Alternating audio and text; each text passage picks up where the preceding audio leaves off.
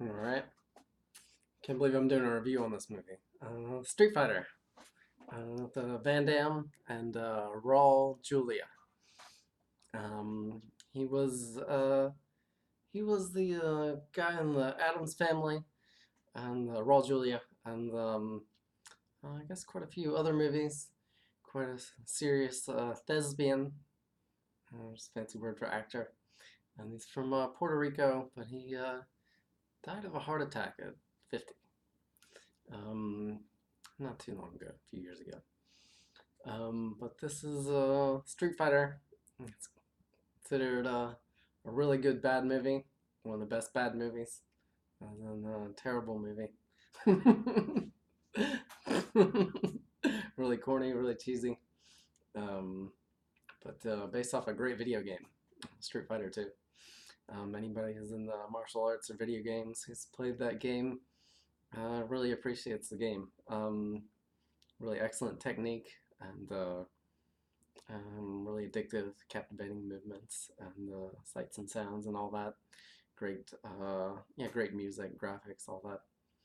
I guess not graphics, but drawings, and yeah, really great game.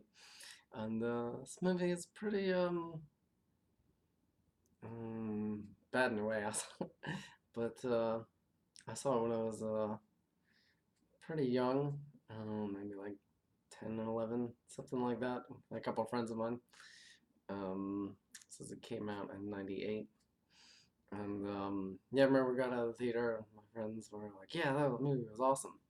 And my dad was like, "That was the worst movie I've ever seen."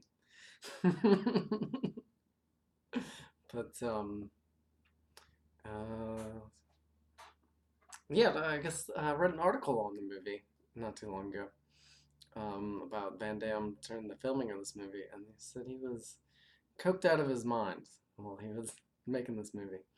So once I watched it again and had that kind of perspective, I guess you can see kind of funny acting and stuff coming out of him. I guess he was pretty wealthy, quite successful at this point in 1998, and had a lot of money to blow. And I was from Belgium and came to America, and I guess they didn't have much of the party lifestyle, so it's kind of living it up. I said in one of my earlier workout videos, don't ever trust anybody who does cocaine. And I think that's true. Anybody who does like meth or cocaine or any of those hard drugs, even marijuana to extent, like it's hard to find somebody trustworthy who does that. Um, I guess it's the drugs and the addictive nature of it makes you non-trustworthy. Any cost, get the money to get the drugs. I guess if you're really wealthy, it's not as um,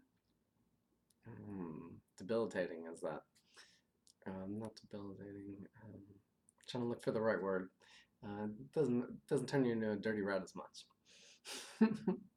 But I'm a huge Van Damme fan, and I guess he's turned himself around quite a bit from his party days or whatever.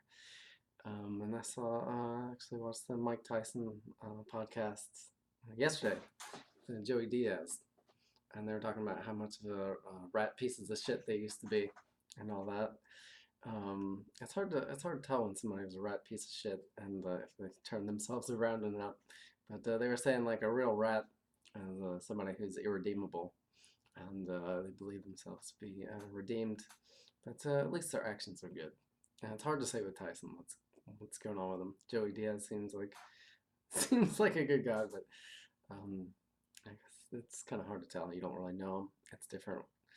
You know, talking to them and stuff like that as compared to seeing their video presentation. But when they do long form podcasts and stuff like that, you can get more of a feel for how they are. But yeah, he was on a lot of drugs in this, and said he was even messing around with the actress who plays Cammy. She was very attractive in this movie, but if you saw her in the video game, she's really attractive in the video game too, even though she's a cartoon. But uh, yeah, if you play the game and then you watch the movie, it's kind of I guess kind of neat to see how the actors portray the video game characters and stuff like that.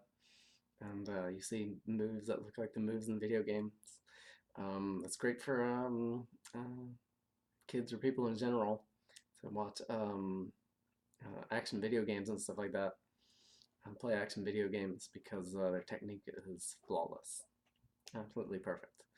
Um, so to model your technique off theirs can be very useful. Street Fighter has a lot of interesting moves, some very impractical movements on the far out, non-real moves, like throwing energy beams and stuff like that. Although you can argue throwing your key or whatever, but yeah. Anyway, that's that.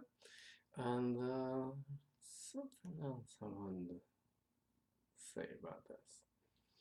Um,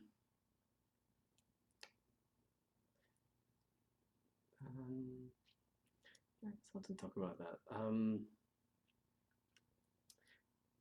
Yeah, Bison's the main bad guy in this movie, who's played by Raul Julia, and the video game, it's just like I guess there aren't any real bad guys besides Bison as the last bad guy.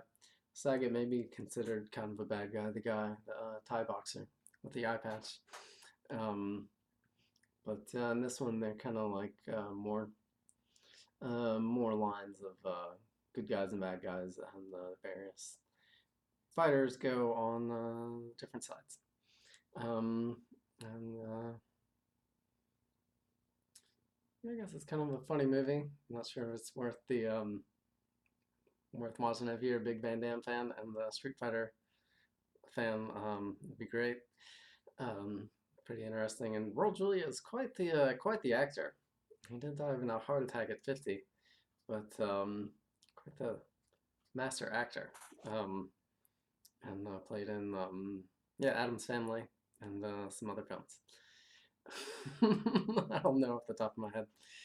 But, speaking of that, also there's Benny the Jet Urquidez is in this movie. I might actually know how to pronounce his name from. I met him in person, but more from the internet. Like he has this, it's spelt really weird, hard to pronounce, hard to look at and pronounce it. But yeah, he was in a lot of movies. He actually he did quite a few action movies, and does the choreography for it. And you can even see him in this movie when they were busting out of jail and they were in the truck, and before they got on the truck, you can see him on there. But yeah, that's it. And at the end, it's the main fight between Van Damme and Raul Julia. Guile and Bison. See who wins that one.